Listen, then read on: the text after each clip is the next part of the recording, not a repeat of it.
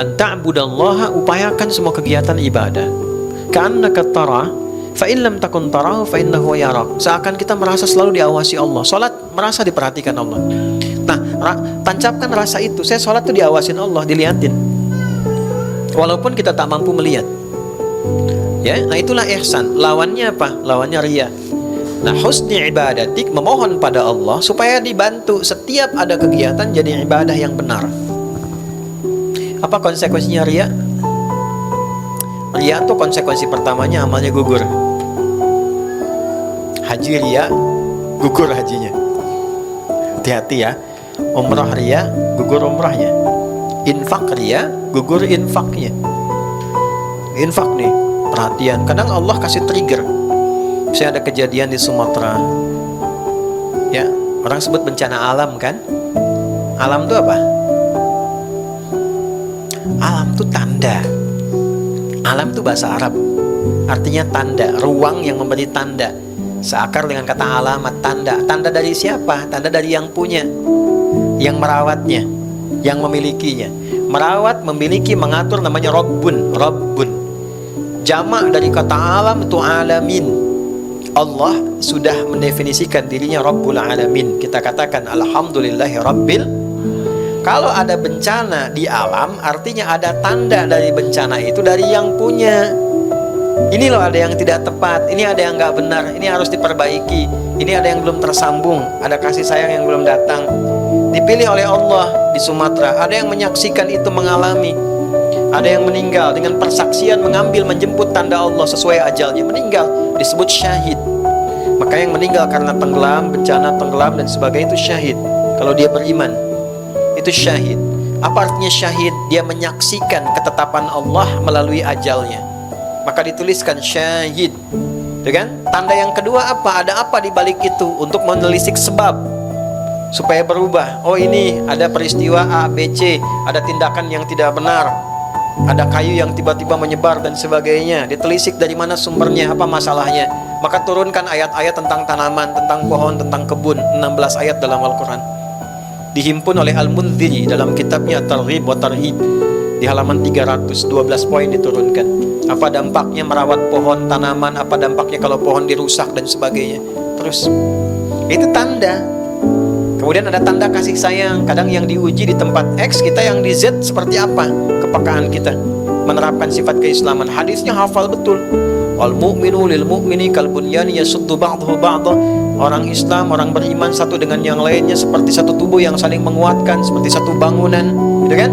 Diuji sekarang, benar nggak satu tubuh? Apa perhatiannya? Apa bentuk penguatannya? Nah, muncul itu. Maka balik ke sini kan, setiap pekerjaan yang dilakukan atas dasar motif dilihat, dicitrakan oleh kemanusiaan, oleh makhluk, namanya riya. Konsekuensi pertama batal amalannya. Apa contohnya? Al-Baqarah ayat berapa? 264. Ada orang infak saat bersamaan riya. Misalnya tadi pengen infak ke sana, tapi ingin ditampilkan di publik, ingin kelihatan bahwa dia ke sana, bahwa dia berbuat sesuatu. Atau pengen nyumbang tapi umumkan dari Sabang sampai Merauke misalnya. Musyawarah saya nyumbang ya, tapi tolong buat pengumuman dari Sabang sampai Merauke. Bikin. Nah, itu seketika langsung gugur amal. Ya ayyuhalladzina amanu, hai orang-orang yang merasa masih punya iman, la tubtilu shadaqatikum bil manni wal adza. Jangan engkau gugurkan amal baikmu dengan perbuatan yang merusak, walaupun terkesannya itu nyaman. Al-manni wal adza itu artinya apa? Sesuatu yang kerasanya kerasa nikmat ketika dikerjakan, tapi sebetulnya merusak. Ya kan? Bikin konten boleh, boleh. Dokumentasi boleh, boleh. Supaya orang tahu bahwa di sini ada masalah. Supaya orang keluarkan kepeduliannya untuk bisa berbagi. Tapi ketika Anda membuat citra tertentu dengan keluar dari ruang-ruang tadi, ketentuan tadi, dengan harapan, wah ini ingin naik misalnya followersnya, ingin dipuji, ingin macam-macam, Allah yang maha tahu. Tampak nanti dari perilaku, maka seketika apapun yang dia kerjakan gugur. Sumbangannya habis, gugur, selesai, batal amalnya. Kalladzi yunfiqu malahu ria'an nas, seperti orang infak yang riya. Famathaluhu kamathali safwanin alaihi turabun fa asabahu wabilun fatarakahu salda. Itu seperti orang yang naruh pasir yang halus di atas batu yang licin. Ditaruh kan udah turun sendiri kan? Tiba-tiba kemudian tersapu oleh air bah. Sudah itu licin, disimpan tanah juga yang licin, tersapu air bah hilang seketika. Allah la yahdil qaumal kafirin. Allah nggak senang, tidak akan memberikan persetujuan petunjuk pada orang-orang yang ingkar. Itu diserupakan dengan orang yang belum beriman, yang bekerja belum beriman. Orang belum beriman kan mengerjakan apapun nggak ada nilainya di sisi Allah, ya kan? Nah itu ditanya balik, kamu kok kayak orang belum beriman aja, kan sudah beriman, imanmu jadi pembeda. Itulah husna ibadah. Jadi kalau sudah husna ibadah, posisinya ditarik ke rumah tangga. Jadi istri pasti istri yang baik, jadi suami pasti suami yang benar, jadi anak pasti anak yang saleh. Karena husna ibadah semua dikerjakan karena Allah. Nanti tinggal dikeluarkan ayat-ayat di Quran terkait dengan rumah tangga.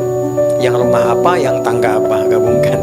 Tiada surat apa, ayat berapa, dan sebagainya. Pokoknya enak, kalau ngaji itu enak. Biasakan ya di rumah ambil satu ayat gitu, sama istri baca, ya sama anak-anak, terus lomba hafalan misalnya. Kalau ingin sedikit ya agak suasana lebih ceria dan seterusnya. Baik, ini teman-teman sekalian 3 bagian dalam satu doa. Allahumma a'inni ala dzikrika wa syukrika wa husni.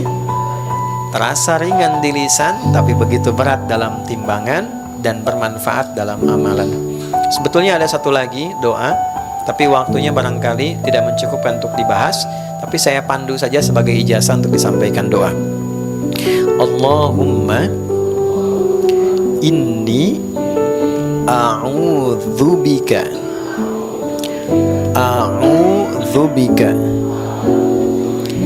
minal kufri wal faqri wa adzabin nar. Itu ya. Jadi itu 3 bagian. Pada bagian yang kedua dengan 3 bagian lagi, ya Allah, aku berlindung kepadamu dari kekufuran, semoga dijaga sampai meninggal tetap beriman. Itu nggak mudah, apalagi situasi saat ini. Kata Nabi tuh gini, akan ada masa orang tuh pagi beriman, sorenya bisa kufur. Nggak mudah. Faqri, kebutuhan yang sangat sampai membuat rela mengorbankan apapun demi kebutuhan itu bahaya. Ya, hati-hati. Ketergantungan akan kebutuhan, misalnya sesuatu, rela melepas kehormatan, hati-hati. Rela melepas keimanan, hati-hati. Baru dikasih angin surga, pindah agama. Ya? Melamar pekerjaan karena kebutuhan motif tertentu, tiba-tiba meninggalkan sholat atau bahkan meninggalkan agama, hati-hati.